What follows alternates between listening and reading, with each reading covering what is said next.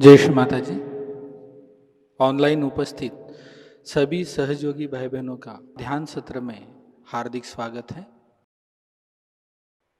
नमस्कार करके कलेक्टिव बंधन लेते हैं।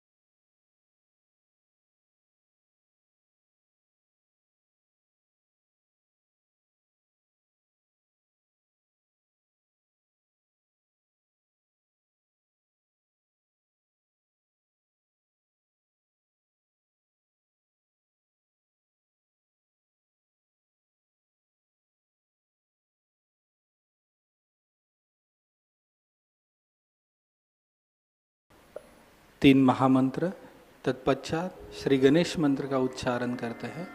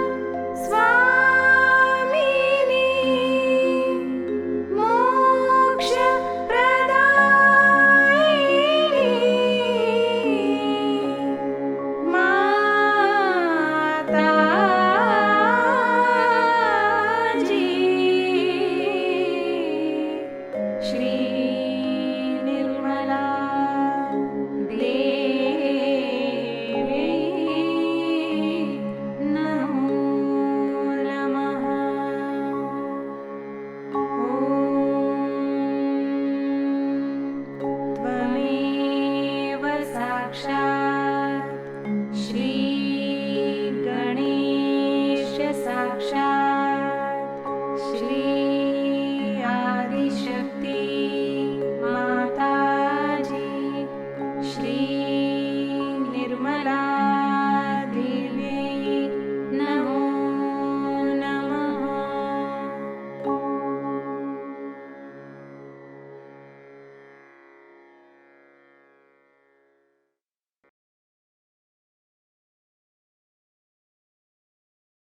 चित्त को सहस्त्रार चक्र पे स्थिर रखते हैं। प्रार्थना करते हैं, परम पूज्य श्री माता जी कृपा कर हमारे आत्म साक्षात्कार को दृढ़ कर हमें एक आदर्श सहयोगी बनाइए। इसी अवस्था में कुछ क्षण ध्यान में बैठे रहेंगे।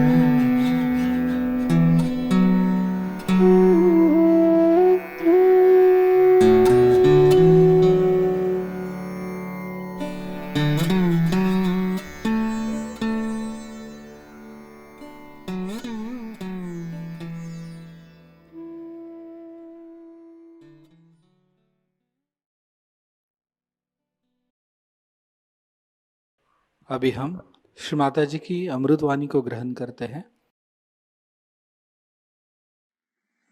अभी कल मैंने आपको बताया था कि सहज योग में जब आप पार हो जाते हैं तो क्या चीज हो जाती है, किस तरह से आप गुणातीत में उतरते हैं और गुणातीत में उतर के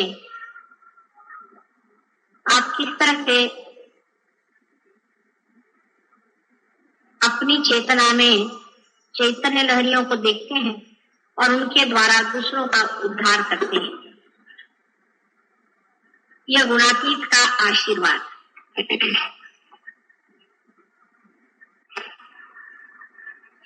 यह कलयुग का भी बड़ा भारी आशीर्वाद है और इसकी भविष्यवाणी पहले बहुत बार हो चुकी है कि कलयुग में जब बहुत से लोग परमात्मा को खोजते हुए जंगलों में, पंदरों में और बड़ी बड़ी कठिन तपस्या में संन्यास्त भाव से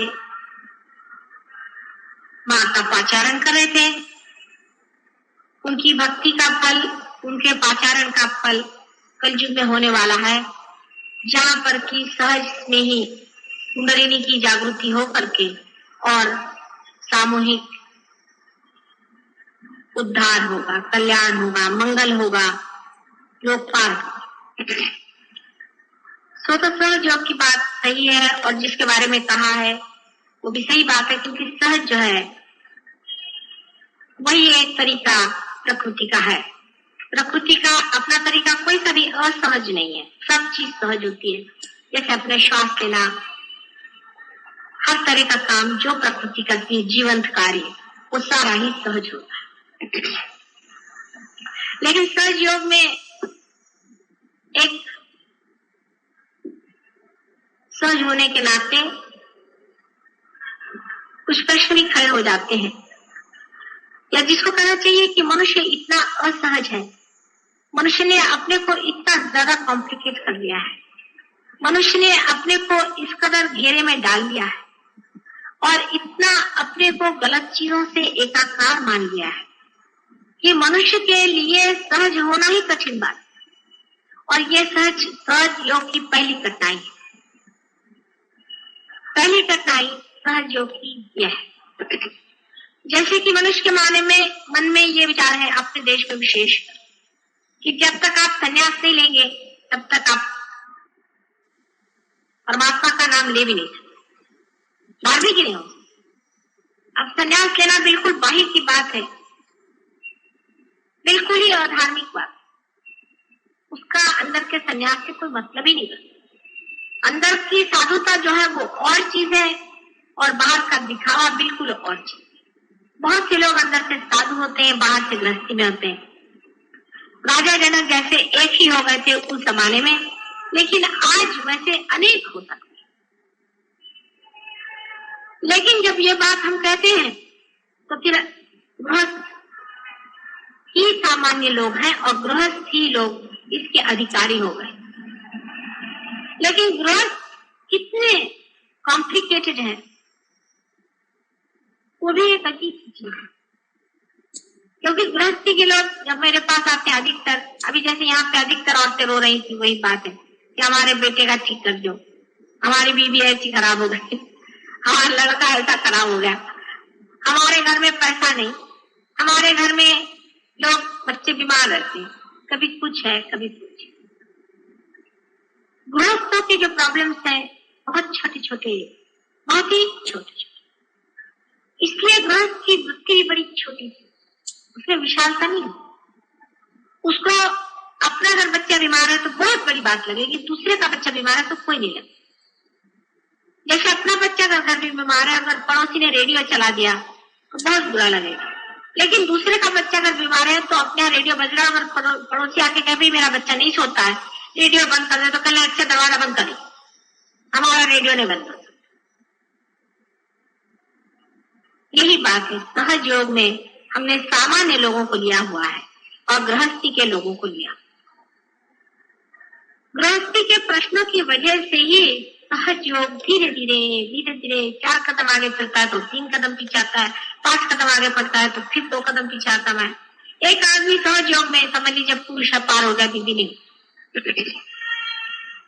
पुरुष पे पार हो गया, वो आधा अधूरा ही है, अभी लटकता हुआ वहां चिपक रहा है, उसकी बीबी उसको खींचेगी, अरे इसमें क्या रखा है, क्योंकि उसके दिमाग में ये बात आएगी कि मैं क्यों नहीं पार हूं, ये कौन होते पार होने वाले। मन में से दुष्टता है एक तरीके, तो उसको लगेगा मेरा पति होगा मैं क्यों नहीं, तो उसको सिखाएगी इसमें क्या रखा है ना बात। कहोगे कि माँ ने कैसे जाना, माँ तो सबका जानती, फिर वो कहेगी कि इसमें क्या पढ़ने की जरूरत है, इसमें यह गड़बड़ है, उसमें ये घपला, उसमें। अब वो पति है, वो सोचता भाई ये तो मेरी बीवी है, माने मेरा इससे कोई विशेष संबंध है ही, जन्म का तो कोई संबंध होगा ही, तो जन्म जन्मांतर का कुछ संबंध है ही, तो जब तक मेरी पत्नी इस चीज को नहीं मानती तो मैं इसको कैसे मानू। वैसे वो चाहे दूसरी औरत के साथ दौड़े कोई हर्जा नहीं, तो उसको हरी नहीं होगी, वो चाहे अपना पैसा किसी और खर्च करे उसमें उसको हरी नहीं, और जो भी करना चाहे वो कर सकता है। लेकिन सहज योग में जब आता है तो वो अपनी पत्नी से बड़ा पक्का हो जाती है, ये बात नहीं, क्योंकि सहज योग आपको प्रेम सिखाता है, तो प्रेम सिखाने की वजह से वो अपनी बीवी के प्रति भी करुणामय हो जाता है और बीवी के लिए भी सोचने लगता है, और बीवी जो है उल्टा बढ़ाती है पट्टी, तो सहज योग क्यों चलता है डावाडोल डावाडोल डावाडोल।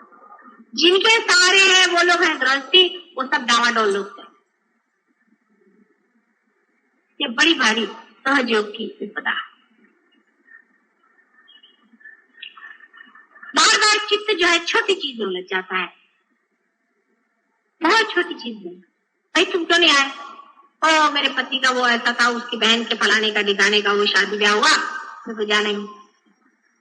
ठीक है जाओ, ये नहीं कि संसार के कोई कार्य को छोड़ेगा, लेकिन जो अपने अंदर से शक्ति आ रही है, जिसके सारे हमें उठने का है, जो परम का कर्तव्य, उसको महत्वपूर्ण और सबसे ज्यादा जब तक आप महत्वपूर्ण और वही सब कुछ नहीं मानिएगा, तब तक आपका गृहस्थ नहीं ठीक होने वाला, आपका कुछ भी नहीं ठीक होने वाला। उसमें चाहे पत्नी रुकावट डाले, आप उसकी बात मत सुनो, कोई भी रुकावट डाले, आप उसको दो बात समझाइए, उसको कहिए ये गलत बात। अब देखिए सहज योग में आपने जाना है कि नाभि चक्र का बहुत स्थान है, जहाँ पे कि लक्ष्मी जी का वास। अगर आपकी पत्नी पर उनकी नाभि अगर खराब होगी, आप कितनी भी कोशिश करेंगे, आपके घर में कभी पैसा रुक नहीं सकता, आपका पैसा सब बह जाएगा। लेकिन अगर आपकी पत्नी की नाभि ठीक होकर अगर वो भी पार हो जाए, आप भी पार हो जाए, तो आप पे संतोष आ जाएगा, घर में लक्ष्मी का राज्य आ जाएगा। लक्ष्मी का राज्य का मतलब बहुत पैसा आना ही नहीं होता, उसका संतोष, उसका आनंद, उसकी शोभा, उससे यश, उसका दान, उसका अभय। जैसे कोई बड़े घर की लड़की आई आपके यहाँ ब्याह, बड़े घर की आई, तो आपने देखा सब ये तो अजीब है, समझ में नहीं आता, सवेरे 4 बजे उठ करके अपना घर नहीं साफ करती, कमरा नहीं साफ करती, सब ठीक से नहीं रखते। वो बड़े घर की लड़की, उसका बहुत सारे नौकर चाकर, तो उसको तुमने कहा कि ये कैसे भाई तुम्हारा तरीका में समझ नहीं आता, तुम सवेरे देर से उठी, आराम से अपना चाय पी रही, ये कर रही, दिखने में तो ऐसा लगा कि बिल्कुल बेकार की लड़की लेके आ गए भाई। लेकिन वो तो आपकी बहू आई है, आपने कोई नौकरानी तो नहीं डाली थी, वो तो आपकी बहू आई। लेकिन आप एक छोटे घर की लड़की आई, वो सवेरे 4 बजे उठेगी, बिस्तर बिस्तर सब ठीक कर देगी, सब ठीक ठाक करके रख देगी। लेकिन आपके घर में अगर कल कोई नौकर आ जाए, तो आप देखिएगा कि जो बड़े घर की लड़की होगी, उसको दिल खोल करके एक अपनी चीज उठा के, अपनी सास होगी, उसने अगर कह दिया लेकिन तुम्हारी सास भी लीजिए, आप ले लीजिए। वो एक छोटे घर की लड़की आई, वो नौकरानी कैसे रहेगी, वो आपसे कहेगी छोटा घर बड़ा घर मेरा पैसों से नहीं होता, मेरा मतलब तबीयत की, इसको कभी गड़बड़ नहीं समझना, तबीयत की बात, तबीयत जो पैसे से नहीं होती, तबीयत राजा बना जीतेगा। और जो छोटे घर की लड़की आएगी, जिनके घर में दासत्व का स्वभाव है, रईस भी होते, बहुत से रईस भी दासत्व होते, वो आएगी तो वो क्या कहेगी, वो कहेगी अरे इसको देने की क्या जरूरत है, अपनी सास से चीजें छुपाएगी, अपने बच्चों का खाना छुपा के रखेगी, कोई आएगा तो उसको खाने को नहीं देगी, इतना दिन के देगी। ये अंतर, ये बड़ा भारी अंतर पड़ जाता है। ये गृहस्थी की बात है। जब गृहस्थी आते हैं घर में, उनके तरीके उसी छोटे घर के लड़की जैसे कभी कभी हो जाते, गृहस्थी में बड़प्पन आ जाए, हाँ, सोने में सुहागा, बड़े तबीयत का आदमी आ जाए कि साफ कुछ भी हो जाए, दुनिया की चीज हो जाए, मैं तो सहयोग में बैठा हूं और सहयोग में बैठू, तो उसके घर में लक्ष्मी तो आ ही जाएगी, उसमें तो सवाल ही होता है, उसका सारा घर ठीक हो जाएगा, उसके बाल बच्चे ठीक हो जाएंगे, उसका क्योंकि साक्षात परमात्मा ही उसके अंदर से चलेंगे, साक्षात आदिशक्ति की सारी शक्तियां उसमें चलेंगी, उसका कोई अंदाज है, उसका कोई तरीका।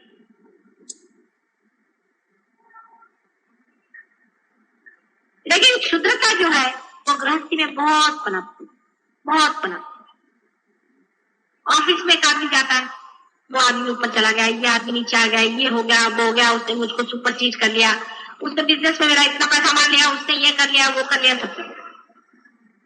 औरतों के मामले में और भी सत्यानाश, माझी सासू असं म्हणाली, माझी सून तसं म्हणाली, तिचं असं हिचं असं ते तसं, सब वही क्षुद्र क्षुद्र बातें चलती रहेगी, उसी में आदमी कटता रहेगा, मरता रहेगा, पीसता रहेगा, उसी में अपनी सारी शक्ति खत्म नष्ट। ऐसा एखादा योगी आ जाए, समझ लीजिएगा सन्यासी पक्का, और प्रेम से भर के कहते हैं कि माँ मुझे पार कर दो, तो वो पार क्या होता है कि उसकी बिल्कुल चमकता, फिर बोलना नहीं पड़ता है साथ, उसके चक्कर नहीं रहते, उसके सारे चक्कर खत्म हो चुके। ये फर्क है। इसका मतलब मैं तुमसे ये नहीं कह रही हूँ कि तुम लोग संन्यास लो, कभी भी नहीं, लेकिन फर्क बता रहे हैं कि गृहस्थी के लोग जो है छोटी तबीयत होती है, बहुत छोटी तबीयत होती है, बहुत ही छोटी तबीयत। रात दिन अपने बाल बच्चे, घर बार, ये वो कीड़े मकोड़े, लेकिन काम तो इन्हीं में करने जाता, काम तो गृहस्थी में ही उठाने, उसी में सहयोग पनपने वाला है, उसी में फूल खिलने वाले, इसी कीचड़ में कमल आने वाले। लेकिन गृहस्थी में एक आदमी खड़ा हो जाए, एक औरत खड़ी जाए, नहीं साहब मैं तो पार हूं, मैंने सहयोग के वाइब्रेशन मेरे अंदर में पाए, मैंने इसको पूरी तरह से जाना है, इसमें मुझे उठने का है, तो कोई गृहस्थी हो से सब उधर दब जाती, जैसे कि कमल है, खिल जाए एकदम से पनप जाए, ऊपर में आ जाए तो सारा कुछ कीचड़ कीचड़ सब गिर जाता है, यहाँ तक कि पानी भी उस पर नहीं ठहरता।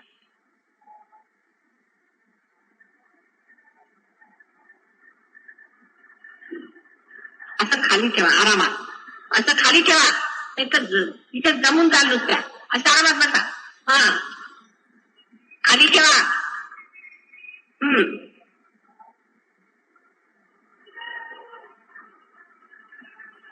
अब गृहस्थी को यह सोचना चाहिए कि हमें किस तरह से अपनी क्षुद्रता को कम करना चाहिए। गृहस्थी को यह विचार करना चाहिए कि हमारे अंदर क्षुद्रता जो है उसको हमें कैसे ठीक करना चाहिए, जो पार हो, जो पार नहीं हो उनसे तो अभी यही कहना भैया पहले पार हो, क्योंकि हाथ में जब तक झाड़ू नहीं आएगा आप सफाई क्या करें, जब तक आप अपने मशीन को अलग नहीं करेंगे आप सफाई कैसे करेंगे, जब आप अपने को नहीं जानेंगे आप दूसरों को कैसे। और फिर माँ यहाँ से मेरे बच्चों को ठीक होना, मैं माँ को देखती वही भूत बनी बैठी, वही कुछ भूत है, बच्चों क्या ठीक करे, तुम तो ठीक हो पाए। तो पहले सहयोग में आके सब लोगों को चाहिए कि वो पूरी तरह से पार, अपने कोई से भी चक्र नहीं पकड़ने देने चाहिए, अपने चक्र साथ रखें। जब वो एक स्थिति आ जाएगी फिर वो दूसरों पे जाए, अपनी बीवी बच्चे, किसी का सुनने की जरूरत नहीं, कोई इससे आपकी सलाह दे आप कभी नहीं सुना चाहिए, ये आपकी वीकनेस है और ये वीकनेस बहुत मार खाए। मैंने ऐसे बहुत से सहयोगी देखे कि वो दूसरी औरतों पर निगाह रखेंगे लेकिन सहयोग के मामले में अपने बीवी का गुलाम।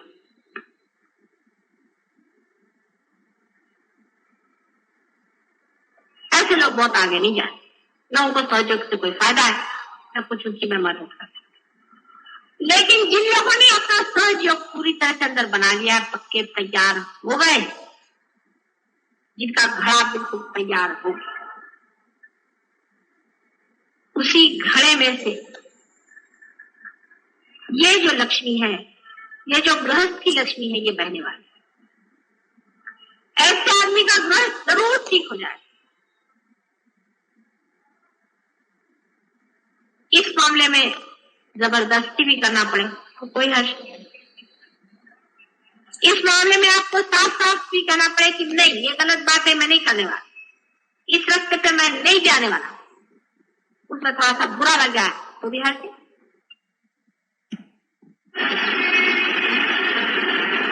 धीरे धीरे धीरे धीरे धर्म की स्थापना हो सकती। जब घर के अंदर धर्म की स्थापना हो जाए, जब आपके अंदर में वो शुरत में आ जाए, जब वो पुरुषार्थ आपके अंदर आ जाएगा, उस चीज को आप पूरी तरह से पकड़ेंगे, तब दूसरा आदमी भी पिघलना शुरू हो जाएगा। फिर उसके पिघलने से आप उसका नुकसान कभी नहीं कर सकते, आप उसका कितना भी बुरा सोचे आप नुकसान नहीं कर सकते। उसका उद्धार वो भी सन्मार्ग में आएगा, वो भी पार होगा, उसका भी मंगल होगा। लेकिन अधिकतर आप देखिएगा पार होने के बाद मेरी माँ ऐसी खराब है, मेरा बाप ऐसा खराब है, मेरी फलानी ऐसी है, वो टीका। जैसे घर में ही दो आदमी है, मियाँ बीवी है।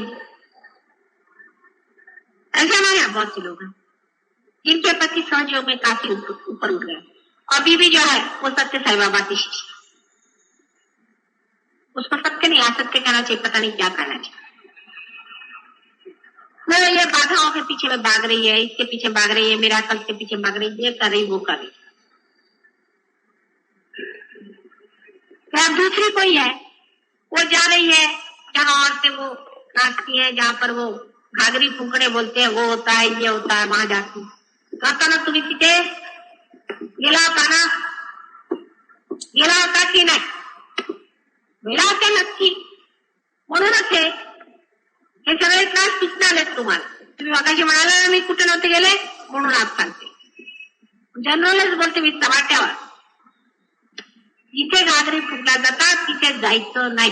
हे भूतांचं आहे सगळं का. भूत आहेत भूत. त्या बायकांच्या अंगात देवी आला का, देवीला अक्कल आहे की नाही, घाणेरडा त्यांच्या मध्ये आला. हमारे महाराष्ट्र में बहुत है इसका प्रमाण. इथून तिथवर सर्व देवळाला लोकांना क्षेत्र नाही ठीक करून ठेवणार आहे. आणि तुम्ही कुणी गेलात ना तर मग बघा.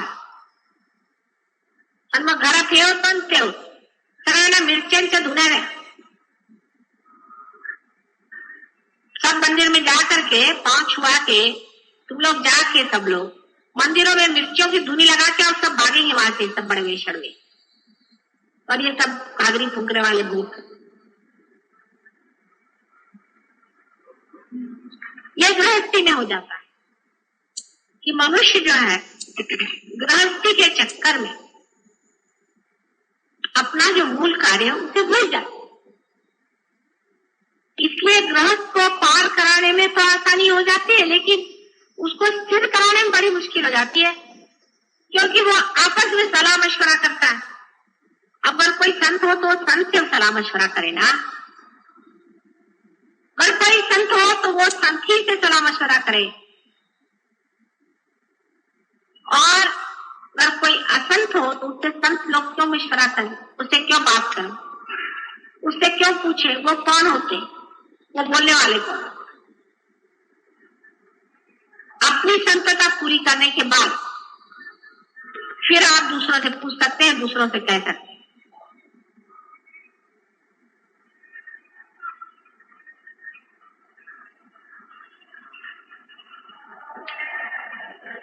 इसलिए आपको जानना चाहिए कि सहज योग का कार्य सर्वसाधारण सामान्य गृहस्थी में होने वाला है, गृहस्थ में होने वाला है.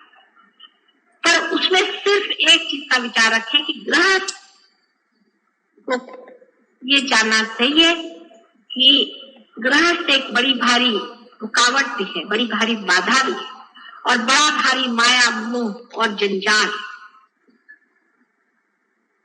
इसका मतलब संन्यास लेना नहीं, उससे भागना नहीं, इसका मतलब उससे मुंह मोड़ना नहीं है, लेकिन उसे उस गृहस्थी में ही लेकर के अपना चिराग जलाना है, उस अंधियारे को ही रोशन करना. जब हमारा चिराग वहां से उठेगा तो वही गृहस्थी ऐसी चमक उठेगी कि लोग कहेंगे क्या हाँ हाँ ये एक खानदान हुआ, एक ये घर हुआ, ये ऐसे लोग हुए कि सारा ही घर धर्म में पड़ा. उनके बाल बच्चे, उनके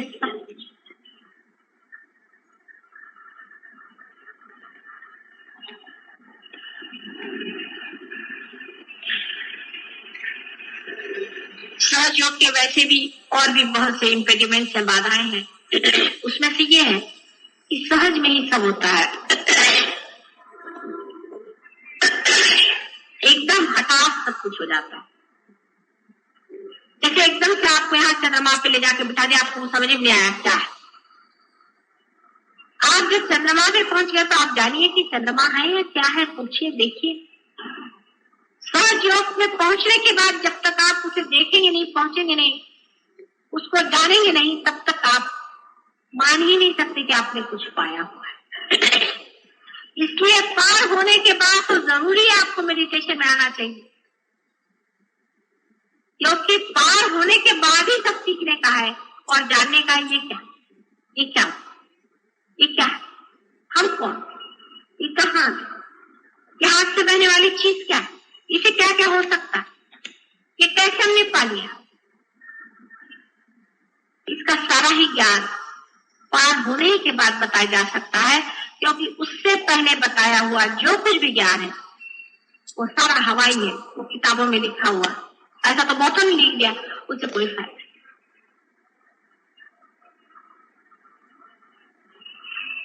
बाद में इसका एक्सपेरिमेंट आप करें. यहाँ पर कुछ लोग हैं, उन्होंने फूलों पे किया. फूलों को वाइब्रेशन दिए तो गुलाब के फूल जो इतने इतने आते थे इतने बड़े बड़े आने लगे और उसमें बहुत सुगंध आ गई, उसका रंग खूबसूरत हो। इन चैतन्य लहरियों का आप एक्सपेरिमेंट मनुष्यों पे तो बहुत अच्छे से कर सकते हैं। कोई अगर पागल लोग हो वो ठीक हो जाते हैं, किसी के घर कोई बीमारियां हो, कैंसर की बीमारी, तो सिर्फ सहयोग से ठीक होगी और किसी से हो ही नहीं सकती। मैं बार बार कह रही हूँ, कोई माने या न माने, इसका इलाज सिर्फ सहयोग कर।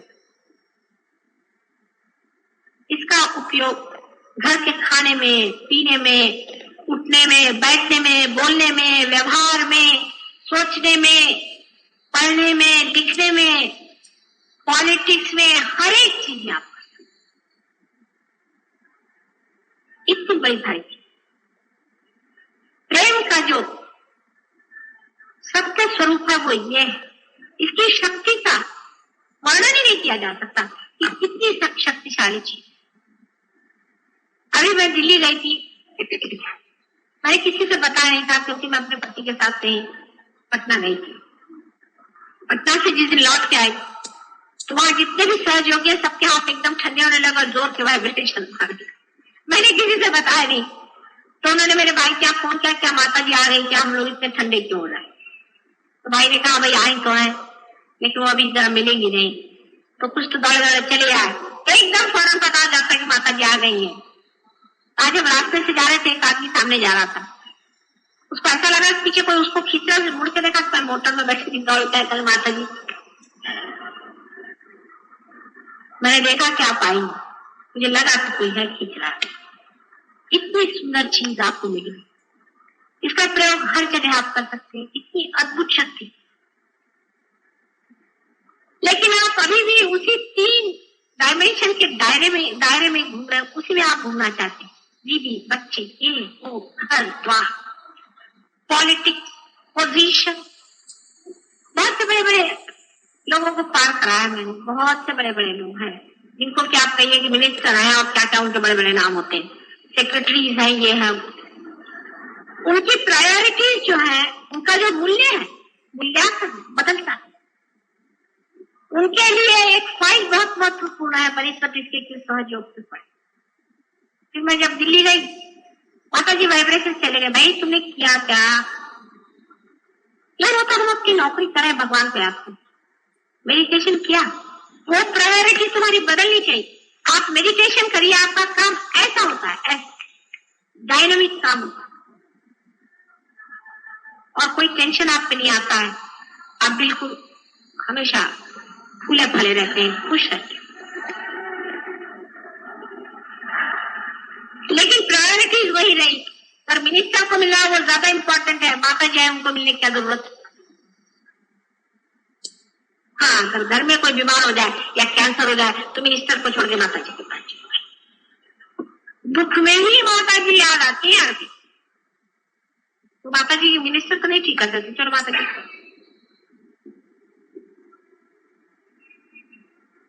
इसीलिए गृहस्थियों पे जब दुख पड़ता है तभी वो परमात्मा की ओर झुकते हैं और तभी उस तरफ बढ़ते हैं। पर जैसे दुख खत्म हो जाता फिर क्या, ऐसे से प्रगति कैसे होगी, आप उस चीज को कैसे जानेंगे जिसका कि सारा भंडार आपके सामने मैं खुला करना चाहती हूँ। उस संपूर्ण ज्ञान और उस संपूर्ण प्रेम और उस संपूर्ण शक्तिशाली आनंद को आप कैसे जानिएगा जब तक आप ये सब फालतू की चीज छोड़ करके उसकी ओर अग्रसर नहीं होंगे। तो बहुत चाहेंगे, लेकिन आपको लेना भी आना चाहिए, उसका खर्च करना भी आना चाहिए और फिर उसका मजा भी उठाना चाहिए। नहीं तो किसी भी ठल्लू लड़के को बाप ने बहुत सारी प्रॉपर्टी दे दी, वो क्या इसका।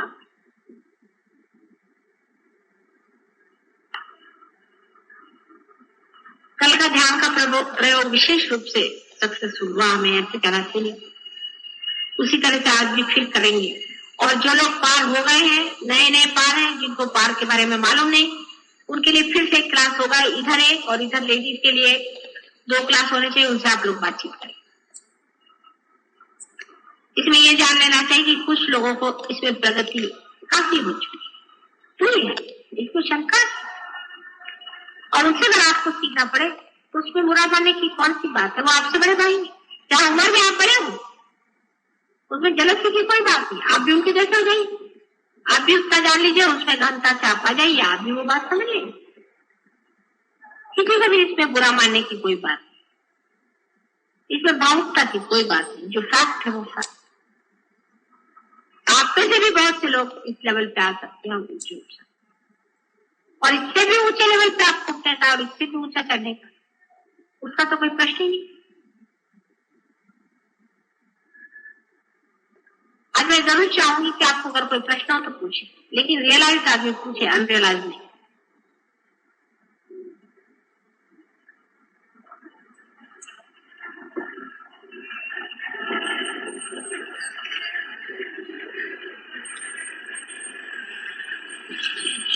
विचारा एखाद दोन तो प्रश्न विचारा, काय माझं डोकं चालत नाही, तुम्हाला काय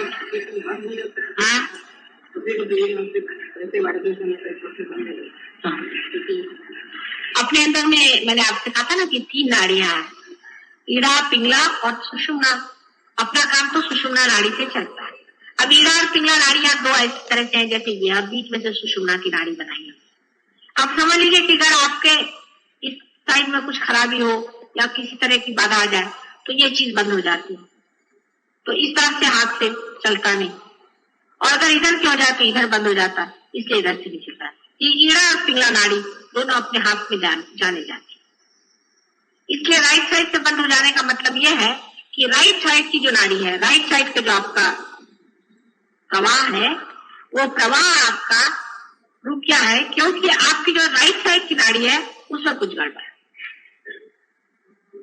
आप समझ लीजिए अधिकतर इसमें आपको समझना चाहिए कि राइट साइड से जिसकी नाड़ी बंद हो जाती है उसकी ईड़ा नाड़ी पकड़ी। अब ईड़ा नाड़ी पकड़ी हुई है, इसका मतलब क्या?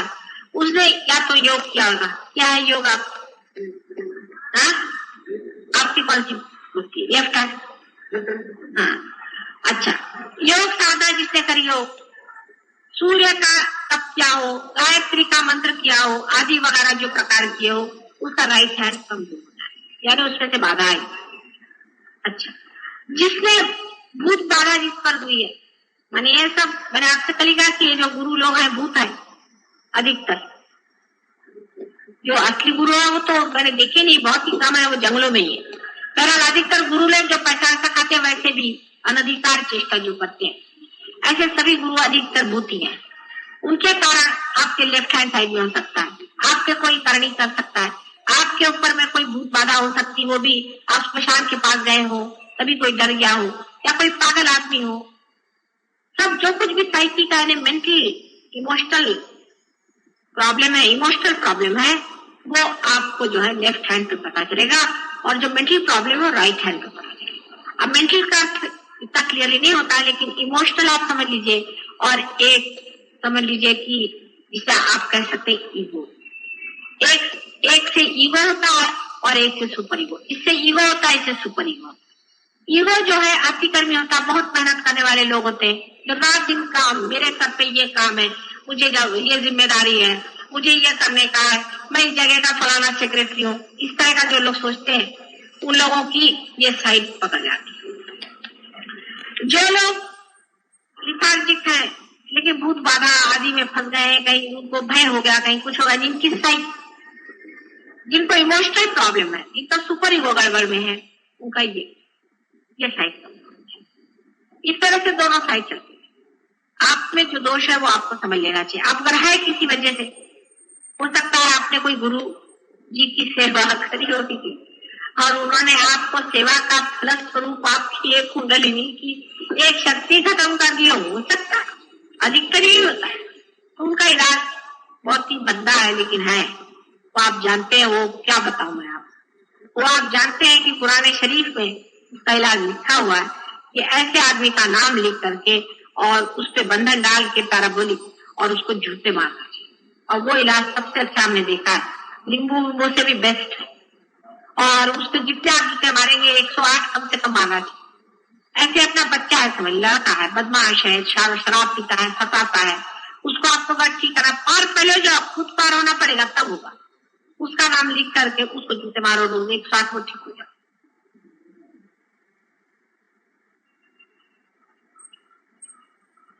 इस तरह की चीजों से आप बहुतों को ठीक कर सकते हैं। उस लड़के की तंदुरुस्ती भी ठीक हो जाएगी, उसका मन ठीक हो जाएगा, उसकी बुद्धि ठीक हो जाएगी। क्योंकि आप जूते मारिए, चाहे उसको तलवार मारिए, चाहे उसको कुछ भी करिए, उसका उद्धार ही हो जाएगा,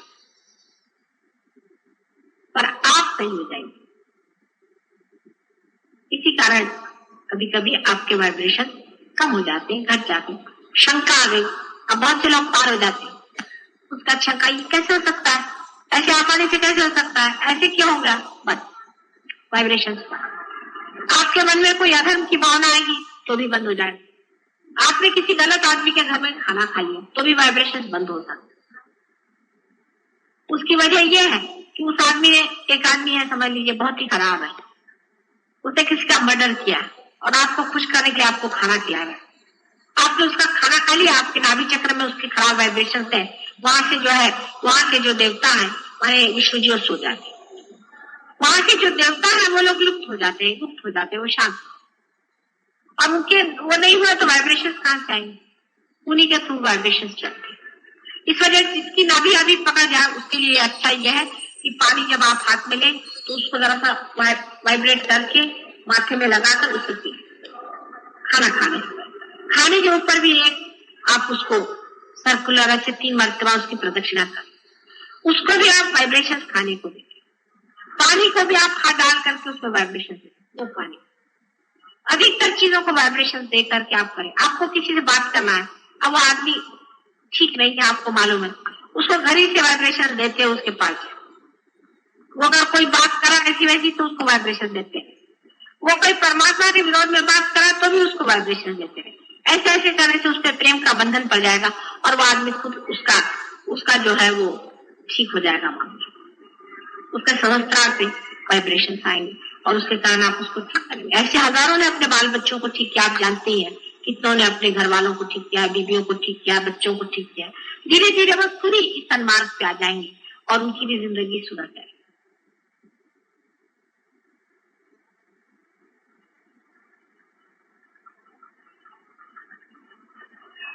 और कोई प्रश्न तो पूछे।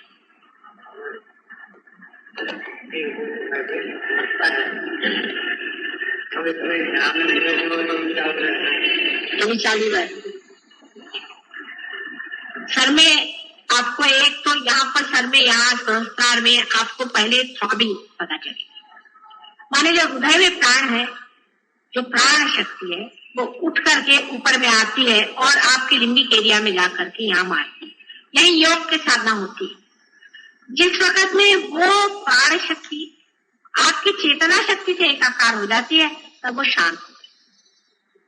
उसी वक्त में आपके अंदर से वाइब्रेशन निकलना शुरू हो जाते हैं। माने जो तीसरी शक्ति है, जो स्थिति की है, जो शिव जी की है, वो बहना शुरू हो जाता है, जो की वाइब्रेशन। अब जब आप करें कि इस तरह से आपके वाइब्रेशन जा रहे हैं तो अब आपको जान लेना चाहिए इस तरह से वाइब्रेशन जा रहे हैं कि आपके अंदर थ्रॉबिंग हो रहा है। वो थ्रॉबिंग, वो चीज ठीक नहीं। अगर आपके अंदर थ्रॉबिंग हो रहा है तभी आपका संस्कार चल रहा है, उसको शांत कर लेना चाहिए। उसको कैसे आप शांत करेंगे? आप सीधा हाथ फोटो पे रखें और एक हाथ अपने सर पे रखिए, या मेरी ओर भी आप कर सकते। वही चीज यहाँ जिस जगह में हमारा तालु होता है, जिसे ब्रह्म रंध्र कहते हैं, वहां पर अपना लेफ्ट हैंड रखें और राइट हैंड हमारे ओर।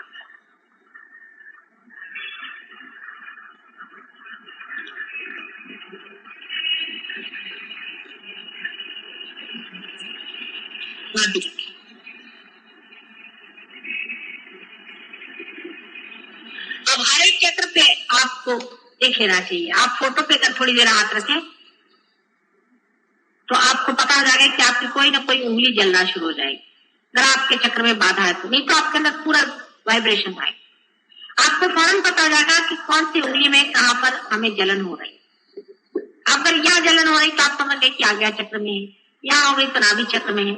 इसके बारे में आप सबसे यहाँ जानकारी कर लीजिएगा कि कौन सी कहाँ हो। उसी के अनुसार फिर आप अपने हाथ रख लीजिएगा वहां पर जहां पर आपको बाधा है।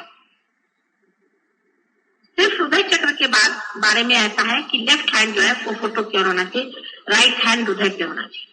और बाकी जो कुछ भी बाधा है बाकी की है उसमें राइट हैंड फोटो की तरफ होना चाहिए और लेफ्ट हैंड वहां होना चाहिए जहां आपको बाधा है, और सबका आपको क्लॉकवाइज घुमाना चाहिए। इस तरह से करने से आपकी चक्र ठीक होता। लेकिन कल भी मैंने बताया था और फिर आज बताती हूँ आपसे कि सबसे अच्छा तरीका, सबसे बढ़िया तरीका अपने सब चक्रों को हमेशा शुद्ध रखने का है निर्विचारिता में रहना। जब भी आपको मौका मिले आप विचारों की ओर देखते आप निर्विचारता में चले जाएंगे, ये आपका पर्व होगा। उसमें जितनी आपकी स्थिति ऊंची ऊंची उठती जाएगी वैसे वैसे ये सब अपने आप के चक्र जो है साफ होते जाए। जितना भी हो सके आप निर्विचारिता में रहें, ये बहुत बड़ी चीज। और सारे संसार के कार्य और हर चीज की जो उलझन, हर चीज का प्रॉब्लम जो आपका दिमाग उलझाता है, जो आपका अटेंशन को खींचता है, उसको कहना चाहिए कि नहीं, ये तो माया, ये तो माया है। एक बार जान लिया ये माया है, ये सब माया है और हम अंदर खड़े देख, तो धीरे धीरे वो चीज माया जो है वो खुलती जाएगी, छुपती जाएगी और सत्य आपके सामने प्रकाशित हो जाएगा। चित्त अपने और रखे, दूसरों की ओर नहीं। मैं देखती हूँ मैं जब भाषण दे रही तब भी सबकी आंखें घूम रही। कोई आदमी आया उसको जरूरी देखना है, आंख का घूमना बंद करना पड़ेगा। जिस आदमी की आंख बहुत घूमती है उसको पार कराना बड़ा मुश्किल होता है। और मैंने खाना में कहा था लोगों से अभी अंबरनाथ कि आजकल जो लोगों की आदत पड़ गई है कि हर औरत जाए उसको देखे, हर आदमी जाए उसको देखे, आंख उठा के देखे, ये बहुत बुरी आदत है। इससे आंखों में आज्ञा चक्र पे भूत बैठ जाते हैं और मार कितना किदम होता है। ये जो फ्लर्टिंग जिसे कहते हैं, फ्लर्टिंग, ये एक भूत का प्रकार है, ये बिल्कुल भूत का प्रकार है। और जिस आदमी में ये आदत आ जाती है उसके लिए पार होना बहुत मुश्किल। कि वो एक आदमी दूसरे को देखता है उस तरह का आदमी, तो वो भी जैसे इनको हमने देखा तो इनमें वो आदत आ जाएगी, जब दूसरे आदमी को देखे उनमें आदत आ जाएगी और ये बढ़ते ही जाता है। और ये भूत इस तरह के जो अतृप्त जीव होते हैं वो ऐसे लोगों के अंदर आ जाते हैं जो इस तरह से अतृप्त है और हर एक आदमी में आ करके वो अपना कार्य करते हैं। और ऐसे आदमियों की आज्ञा चक्र इतना खराब कभी कभी हो जाता है कि उसका बुद्धि में भ्रम हो जाता है और बुढ़ापे में उसकी बहुत मेमोरी वगैरह क्षीण हो जाती है। इसलिए आंख का स्टडी होना बहुत जरूरी है। आंख को आपको स्टडी करना चाहिए। आंख को अगर आपने स्टडी कर लिया, स्टडी नहीं रखे, हर एक चीज पे आपको आंख घुमाने की कोई जरूरत नहीं। जब तक आपको कोई देखना ना हो, कुछ ना करना हो, आप निर्विचारिता में भी देखते रहे। किसी के और घूर के भी देखने की जरूरत नहीं, आप अपनी ही और देखते रहे। स्थिर आंख करना बहुत जरूरी है। उसी तरह से मैंने बताया था कि जिह्वा का भी स्थिर करना बहुत जरूरी है। जैसे यह है कि लोगों की आदत है या तो बहुत बोलेंगे या चुप रहे, बीच में चलना चाहिए। जब बोलना है तब जरूरी बोलना है, जब नहीं बोलना है तो चुप रहिए। बड़बड़ करना, बकवास करना, ये भी एक भूत का ही लक्षण है। मेरा तो सर पक जाता है अगर कोई बहुत बड़ा आदमी साथ है। और कोई अगर बिल्कुल ही नहीं बोलता है तो वो भी एक भूत का लक्षण है। आप देखते हैं बहुत से पागल लोग दो तरह के होते हैं, तो बकते बहुत है और या तो एकदम चुप हो जाता है। ये सब पागलपन की दिशा। सहज योगी को चाहिए अपनी जिह्वा पे पूरा कंट्रोल कर ले, वो कर सकता है। उसी तरह से दूसरी चीजें खाने, जिस आदमी को खाने की बहुत लालसा होती है, बहुत खाता है, वो भी भूत है, और जो नहीं खाता वो भी भूत है। मैंने कल ही बताया था। तो इसलिए जिसको रस स्वाद बहुत है वो भी एक अच्छी चीज नहीं कि साहब उनको ये पसंद है, उनको ये पसंद नहीं है। ये जिसने ज्यादा शुरू कर दिया वो गया जीव के। इसका मतलब यह भी नहीं कि जबरदस्ती जीव को कुछ खिला, मिल गया तो खा लिया, नहीं तो नहीं खा। किसी की गुलामी थोड़ी करनी, चाहे वो जीव हो, चाहे आंख हो, चाहे कोई से भी अपना इंद्रिय हो, किसी की भी हमें गुलामी नहीं करनी। होंगे अपनी जगह बैठे रहो, जब जरूरत होगी इस्तेमाल कर लेंगे, नहीं तो बैठे। जैसे कि हमें बाहर जाना होता है तब हम कहते हैं कोचवान से कि भाई चलो ले आओ सामने मोटर। ये थोड़ी है कि मोटर गाड़ी चलते हो कि नहीं चलते।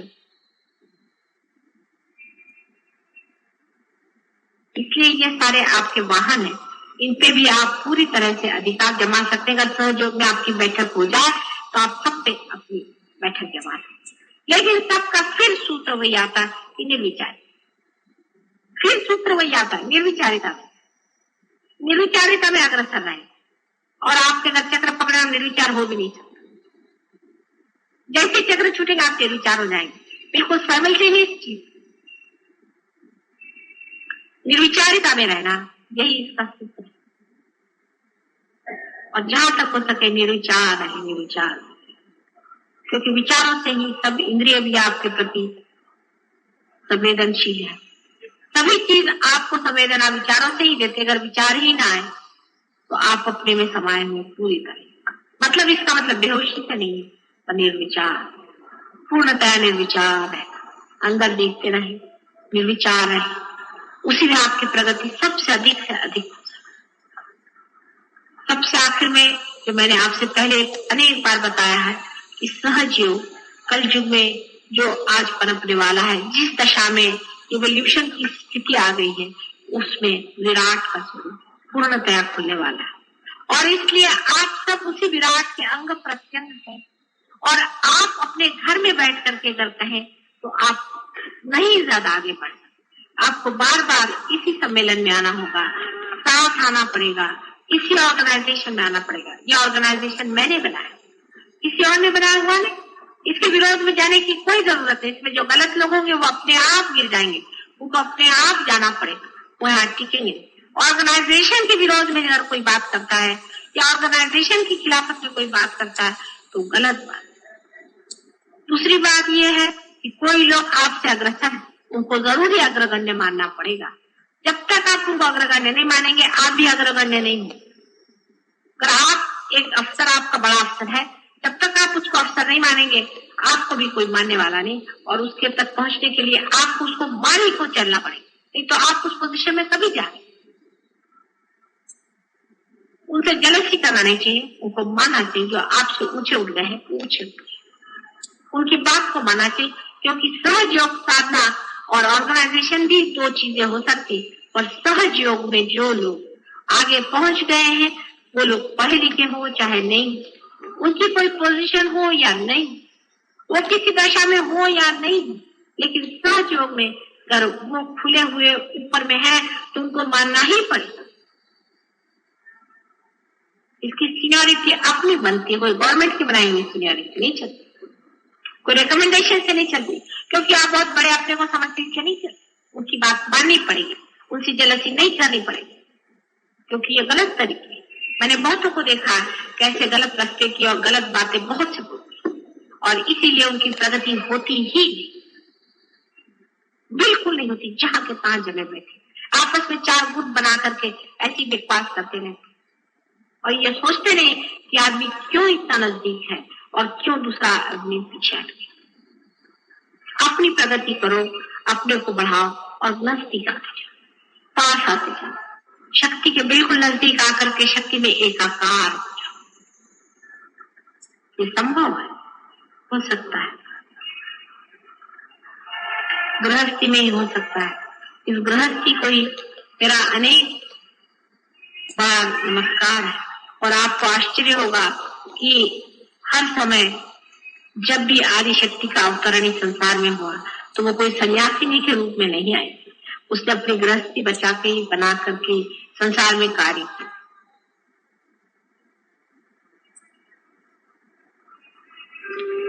और ध्यान में अभी वाइब्रेशन बहुत जोरों में, कि मैं और नहीं बोलूंगी, आप वाइब्रेशन से जानिए। उसमें भाषा नहीं होती, मुख होता है, अपने आप बहता है। छोटे बच्चे भी समझते हैं, कोई सी भी भाषा में बोलूं, चाहे अंग्रेजी, मराठी, हिंदी में, ये प्रेम जो बह रहा है, इसको जानना है। इसको जो जान लेता है वही सब कुछ पा सकता है। निःशब्द ध्यान में बैठते हैं।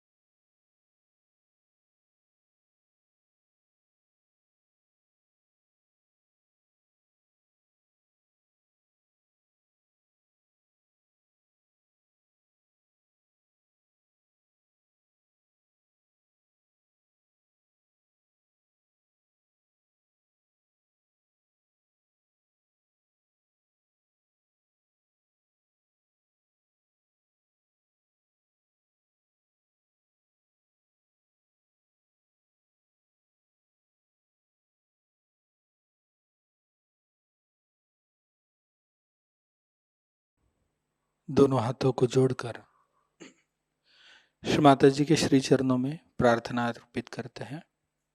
परम पूज्य श्री माता जी, आज का यह सामूहिक ध्यान हम आपके श्री चरणों में समर्पित करते हैं। श्री माता जी, संपूर्ण जग में विश्व निर्मला धर्म स्थापन करने हेतु कृपा कर आप हमें सहयोग प्रचार प्रसार का एक शुद्ध और सशक्त माध्यम बनाइए। परम पूज्य श्री माता जी, कृपा कर हमारी सभी प्रार्थनाओं को स्वीकार कर हमें आशीर्वादित कीजिए। नमस्कार कर कलेक्टिव बंधन लेते हैं।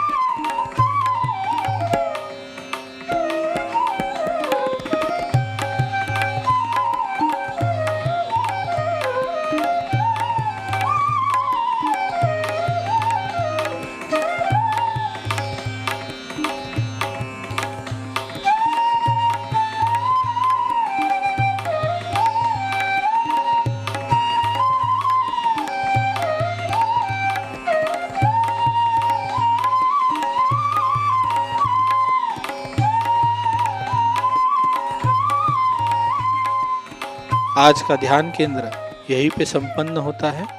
आप सबका हृदय से धन्यवाद। जय श्री माता जी।